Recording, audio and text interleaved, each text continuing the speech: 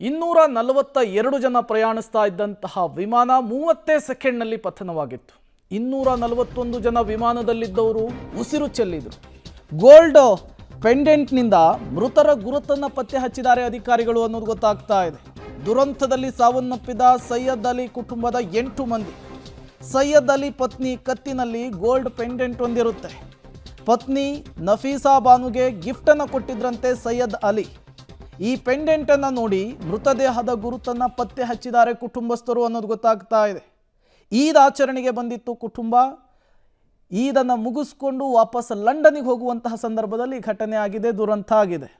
ಆ ಪೆಂಡೆಂಟ್ನ ಫೋಟೋವನ್ನು ಕೂಡ ಗಮನಿಸ್ತಾ ಇದ್ದೀರಿ. ಇದೇ ಪೆಂಡೆಂಟ್ ಒಂದನ್ನು ಇಟ್ಕೊಂಡು ಈಗ ಅವರನ್ನು ಗುರುತು ಹಚ್ಚುವಂತಹ ಕೆಲಸ ಆಗಿದೆ. ಮುಖ ನೋಡಿ ಗುರುತು ಮಾಡೋದಕ್ಕೆ ಆಗಲ್ಲ, ಯಾಕೆಂದರೆ ಸುಟ್ಟು ಇಡೀ ದೇಹ ದಹಿಸಿ ಹೋಗಿದೆ, ಸುಟ್ಟು ಕರ್ಕಲಾಗಿದೆ. ಇಂತಹ ಸಂದರ್ಭದಲ್ಲಿ DNA ಟೆಸ್ಟ್ ಮಾಡಿ ಮೃತದೇಹವನ್ನು ಹಸ್ತಾಂತರಿಸುವಂತಹ ಕೆಲಸವನ್ನು ಸಿಬ್ಬಂದಿಗಳು ಮಾಡ್ತಾ ಇದ್ದಾರೆ. ಇದರ ನಡುವೆ ಈ ರೀತಿಯ ಪೆಂಡೆಂಟ್ ಆಗಿರಬಹುದು ಅಥವಾ ಮಚ್ಚೆಗಳು ಅಥವಾ ಟ್ಯಾಟೋಗಳನ್ನು ನೋಡಿ ಯಾರಾದರೂ ಐಡೆಂಟಿಫೈ ಮಾಡಿದರೆ ಅಂಥವರಿಗೆ ಅವರ ಮೃತದೇಹವನ್ನು ಹಸ್ತಾಂತರಿಸುವಂತಹ ಕೆಲಸ ಆಗ್ತಾ ಇದೆ.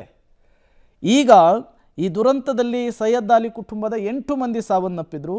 ಸೈಯದ್ ಅಲಿ ಪತ್ನಿ ಕತ್ನಲ್ಲಿದ್ದಂತಹ ಗೋಲ್ಡ್ ಪೆಂಡೆಂಟನ್ನು ನೋಡಿ ಇವರ ಸೈಯದ್ ಅಲಿ ಅವರ ಮಿಸ್ಸಸ್ಸು ಅಂಥೇಳಿ ಐಡೆಂಟಿಫೈ ಮಾಡಿದಾರಂತೆ. ಅವರ ಮೃತದೇಹವನ್ನು ಕುಟುಂಬಸ್ಥರಿಗೆ ಹಸ್ತಾಂತರಿಸುವಂತಹ ಕೆಲಸ ಆಗಿದೆ. ಇದೇ ಸೈಯದ್ ಅಲಿ ಅವರ ಪತ್ನಿಯ ಫೋಟೋ. ಅವರ ಕತ್ತಲ್ಲಿರುವಂತಹ ಪೆಂಡೆಂಟನ್ನು ಗಮನಿಸ್ತಾ ಇದ್ದೀರಿ. 272ಕ್ಕೆ ಸಾವಿನ ಸಂಖ್ಯೆ ಏರಿಕೆಯಾಗಿದೆ. ಮತ್ತೊಂದು ಕಡೆ ತನಿಖೆ ಕೂಡ ನಡೀತಾ ಇದೆ. ಮಗದೊಂದು ಕಡೆ ಅವಶೇಷಗಳನ್ನು ತೆರವುಗೊಳಿಸುವಂತಹ ಕಾರ್ಯಾಚರಣೆ ಕೂಡ ನಡೀತಾ ಇರುವಂಥದ್ದು.